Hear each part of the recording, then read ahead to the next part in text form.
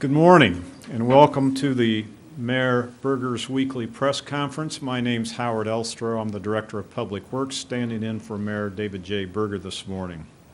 We have several guests with us, and first I would like to introduce Mr. Steve Gilroy of LACA. He is going to invite some additional guests up and talk about a new initiative between LACA and the Lima City Schools. Is that correct? Yes. All right, Mr. Gilroy.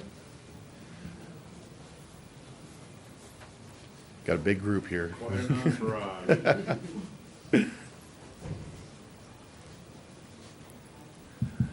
As Mr. Elstro said, my name is Steve Gilroy. I'm from LACA, or the Lima Island Council on Community Affairs. One of the things that we run into at LACA is when I tell somebody I work for LACA, they don't necessarily know what that means. A lot of people in the community are familiar with Head Start. So when I tell people I work for LACA, they're like, eh. And then I tell them, okay, I work for Head Start. And then the eyes light up and they understand where we're coming from. But one of the important things is we have 16 programs besides Head Start at LACA. And a lot of people don't know about that. One of the reasons people don't know about all of our other programs is we are grant funded. Since we're grant funded, we're restricted on how we can spend those funds. One of those restrictions is marketing. We have very little money that we're allowed to spend to market our programs. So we got together as a marketing committee at LACA, and we were trying to brainstorm ways that we could try to get our name out there. One of the things that LACA thrives on is partnerships. So we thought about the partners that we have in our community, and Lima Senior, of course, came to mind. Lima Senior has the DECA program, their media arts programs, and we thought they would be a perfect resource for LACA to take advantage of their skills to kind of get our name out there and get our programming out there, but not just help LACA, but help Lima Senior as well. Help the students get some real-world experience working with a real company, developing marketing plans, developing press releases, doing public service announcements, flyers. So when we reached out to Lima Senior, we got a great response, you can see with all these people up here with me. So LACA is really looking forward to working with Lima Senior and the different departments in Lima Senior to kind of boost the signal for LACA and get our name out there, and in the process, get a little bit more information about Lima Senior out there too. So I'll go ahead and pass it off to the teachers here if they want to say a couple of words. We are very excited about this partnership. Like Steve mentioned, we are combining the marketing education programs with the graphic arts and the multimedia programs, where the marketing students are kind of going to be the media planners and put together real-life ad campaigns, and the graphic arts department is going to actually be producing the different types of print media, and the multimedia program will be doing the visual and the audio media as well. So we're very excited to give the students this actual opportunity to create these real-world campaigns while coming across the curriculum and working with multiple programs within the school. So we're really excited about it. We've got a lot of students here that are equally excited about this experience as well. One of the groups of students is doing a big financial literacy campaign, which they want to really focus that specific group on promoting all the different financial literacy applications and programs that are available to the community in Lima. And really, we want to highlight all of those great programs and opportunities that people in the community just don't know about, and really strengthen the community as well as this partnership as well.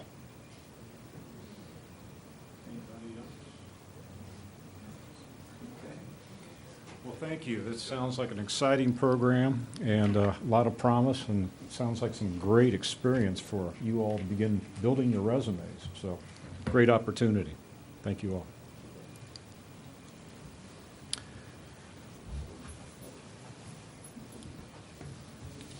Second today, we have Ms.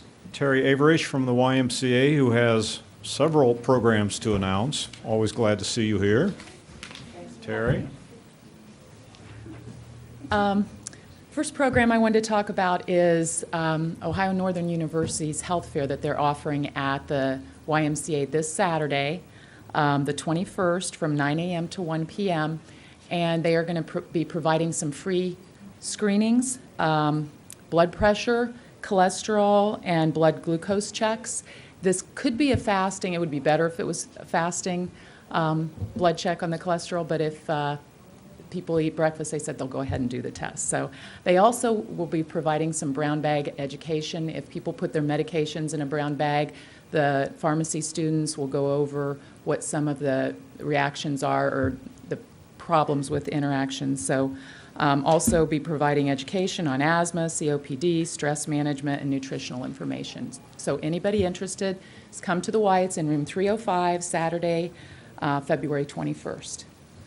And then also we have our registration for soccer, youth soccer, and flag football. I know outside it doesn't seem like it's time, but we're just a month away. And the program does start in the spring, the end of, starts in April, but we take registration from the 23rd of February to the 21st of March.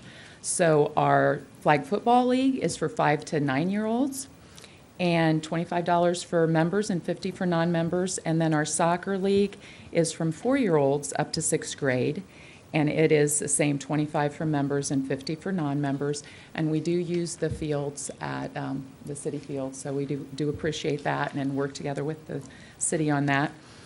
We also have a wheelchair basketball program starting. We got a grant through Rotary. We've had some interest in people wanting to do a program like this. It's for 8-year-olds on up, and it is for kids that are in wheelchairs, but also kids that have a mobility problem that have to be in a wheelchair when they go long distances or can't run up and down the basketball court. And we lower the basketball rims for them. And we are, if there's enough adults interested too, we can start something with adults, or we would like adults to help with the program too. So that starts March 11th and runs through May 27th on Wednesdays from 4:30 to 6:30. And then the last program I wanted to talk about is our Women's Personal Protection Workshop, and it's women only. It's on the 21st of March, but registration does fill early for that. So we are taking registration now. It's a great program for mothers and daughters. We do ask that they have to be 13 years old before they start this program, but it teaches common grabs and holds and how to handle violent physical attacks or nuisance date situations. So that, again, is March 21st from 9 a.m. to 12 noon, and it's $10 for members and $30 for non-members. And it is taught by Mark Hunter, who is a Judo 6th degree black belt, 3rd degree black belt in karate, and has been our judo instructor for the past 28 years. So that's a great program too. And the health fair is free, there's no registration cost No, with they that? don't. They don't have to register. Just show up, and it starts at 9. And So no age limitations? no, well, they have to be old enough to get, to be allowed to get their blood drawn. All But right, great. okay. Great. Well, several good programs there, both to assess your immediate health needs and several programs that'll keep ourselves and our children happy and healthy. Next, we have Vince Ozier, who is the Director of Human Resource here for the City of Lima, who is going to present a new mayor appointee to the Civil Service Board. The Civil Service Board, as some may be aware, oversees the hiring and employment practices of the city. And Vince, for more on this, let you explain and make the introduction. Okay, as probably most of you are aware, Jackie Teri served as the mayor's appointee since 2001, so she was there for about 14 years. She resigned her position effective earlier this month. So with her resignation, the mayor has appointed Autumn Swanson to the vacant position. Ms. Swanson is a graduate of Bowling Green University and has a master's in public administration from Southern Illinois University. She's currently employed as the outreach manager with the Girl Scouts of Western Ohio. Prior to that, she served as the court-appointed special advocate director for crime victim services here in Lima. She's also worked as a substitute teacher in the Lima school system. Ms. Swanson, please welcome. Well, I just want to say thank you to Vince for that nice introduction. And I also want to say that I am very pleased to have the opportunity to serve in this capacity for the city of Lima. I was really excited when the mayor contacted me. I definitely hope that I can put some expertise as far as public policy goes. I know there's going to be some policy changes coming up. So I definitely want to be able to utilize my administration degree to help with that. So I'm just very excited to get started. Thank you. Well, welcome aboard. People often ask, how is it that I can work for the city? And again, the front door of the employment gate for the city is the civil service process. So anytime any of the vacant positions are to be filled, there is a petition to civil service, and civil service will decide on the qualifications, the job specification, and accept applicants. Those go through a processing system by the Civil Service Board, and those are presented to the various department heads and the mayor for selection and for employment. So it's a very important position that you're filling, Autumn, and we appreciate your assistance with this. For anyone watching this who is interested in serving on any of the multiple boards that are composed and help make government work, they can go to the website, the City of Lima website, and pull down the boards and find out what kind of opportunities there are to volunteer services that help make city government work. We also have with us Gary Shealy, who is the Director of Utilities, who is now going to tell us about some changes in water, sewer? Water. Thank you. Thank you, Howard. I guess I'll start out with is that, probably most of you have been around the community, have noticed really for the last number of years, we've had significant level of mainline breaks and service breaks and things of this nature. Our water system, and particularly the core part in the downtown area, is around 130 years old. The actual design life of water systems is 100 years. So what we're starting to see now is failures in pipe. We're seeing failures in the valves. We're seeing the bolts, the 1-inch bolts that holds the valves together are literally rusting apart, blowing off. If you were down in the downtown area here about a month or so ago, we had major breaks that were literally lifting the pavement up. I think, Howard, how far to lift that pavement? 7-8 inches. These type of things are going to continue to happen unless we do something about it. And that something about it basically is starts with what's called an asset management program. We want to bring in some professional engineers, study the system, and then design what's called a replacement and enhancement of that water system. So what we're, discussing here is capital assets, capital needs. We have another area that is very important to us, and that is the water meters that are out in everybody's house, business, and industries. There are cash registers. They're how we know what somebody is using.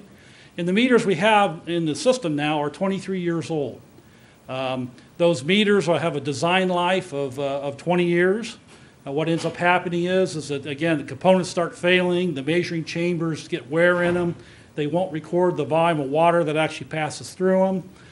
Adds to unaccounted for water, which then drives our cost and things of this nature. So what is part of our asset management program that we're looking at in the capital investment is the replacement of those meters with what's called an AMI, it's Advanced Metering Infrastructure. Currently, we have a meter that we can drive down the street in a vehicle and basically get the reading. The next level up in this process basically is a meter that literally there's a module that sets on a power pole or a building around the community, number around the community, and it actually receives a signal from that meter that tells us what the meter's doing. Also, we have the capacity to send a signal from our customer service division out to read the meter. This is important for people that, like example, they want a final billing because they're leaving the community or moving, And the current process now, we have to wait basically a period of time, usually till we get back in that area or make a special effort to go back there. So this advanced metering change-out process is another capital program that we'll be looking at completing. And then we have a third major component, basically, is our elevated tanks. So we have a 1 million gallon tank that's on Paul Street and another 500,000 gallon tank that is out by the Procter & Gamble facility. Those elevated tanks are required to basically be maintained, painted, and rehabilitated, and both our tanks are in that condition. So what we will be looking at this year is again a capital program that would in fact go ahead and rehabilitate those meters, or excuse me, those elevated tanks. So with that in mind, the mayor basically is the entity in the city that sets the water rate. We have prepared a study and requested the mayor to adjust the water rates to support these capital programs that we're talking about, along with the overall operations of the water system. I will say you're probably familiar that we've had to do this in the sewer system based upon the federal decree that we got from the U.S. EPA recently, and we had to build very, very similar programs to rebuild our infrastructure systems. The water system, basically, it's prudent management. If we don't make these investments, then it's just a matter of period of time before the reliability of the water system will be compromised. And I know folks do not like water rate increases, they don't like sewer increases, but you really have to ask yourself is that the reliability of the system basically is what we all rely on. You get up in the morning, you want to turn your water on, you want to take your shower. You know, when you go to the market and you want to basically buy something at a store or restaurant, you hope the water's on, because if the water's not on, they're not open. So it's literally these type of investments that we need to prepare ourselves basically for the next 100 years. So with that, there will be a water rate increase that will be effective on March 1st of this year, which is about 2 weeks away. They're not real sizable to the average customer. It's just under $2 a month. And to the small user, or usually it's our senior citizens, it's about 94 cents per month. Then there is a subsequent rate adjustment that will occur on January 1st of 2016. And again, the average will be about $2.15 to the average customer, and just over $1 basically for our senior citizen customers. These, again, adjustments, we understand that, they can, cause people to basically be concerned over their cost, but we're still one of the lowest water systems in the state of Ohio. When you look regionally at our area, there's not a community in our region here that has any cheaper water than what Lima has. And usually we go between Toledo and a couple other cities as for a full advanced system. We continue to be one of the lowest in the state, and we'll continue to do so. So rate increases they're always inevitable. Nobody likes them. But again, the reliability of the system is really what we're talking about here. We do have a flyer. Mike Caprella, Deputy Director, will hand it out to the folks, the media, and anybody that's interested in it, that kind of goes through these issues and gives you the comparisons to other cities to show what kind of a bargain that Lima receives. Mm-hmm. There was a conversation on the radio just yesterday about the billions of dollars of deferred infrastructure improvements across this nation, and that there's more frequent and stark examples of that coming to us each and every day. We've been watching in the news about the Boston problem with all the snows and their trains and subways not running because the infrastructure has not been improved in decades. And likewise, what we're finding in this community, deferred maintenance on our gas lines, our water lines, our sewer lines, our streets, our bridges, is just becoming ever more of a problem. Nothing lasts forever. Everything needs to be renewed, whether it be buildings or much of the public infrastructure that we don't see. We do, like Gary says, take for granted every day.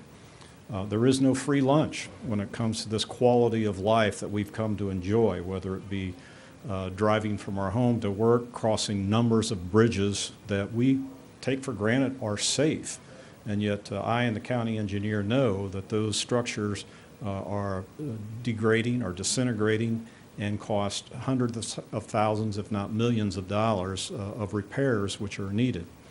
So I hope people keep this in mind. It's just such a privilege that we enjoy without thinking about each morning, as Gary says, when we turn on the water and get a clean water with no disease in it, and it's delivered to us anytime we want it, and we can take a shower and do our laundry and all of that stuff, and the water then mysteriously goes away someplace.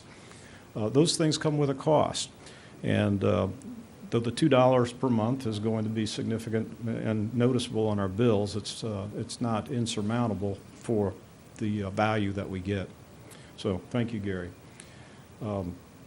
One other announcement was going to be made, but Mr. Caprella seems to have taken on a shy streak this morning. The next few days, it's forecast to be very, very cold. And what that means is property owners, especially property owners who have had problems with frozen lines, frozen water lines, needs to take note of that. And the easiest solution on something that's been freezing in the past is just to leave a very slow drip, which will keep that line from freezing. And then, of course, as soon as the water or the temperature comes up, turn the water off to preserve that resource. So, having said that, I don't think there's any other announcements for today's press conference, and it's my hope that the mayor will be back to oversee this, his press conference next week. Thank you.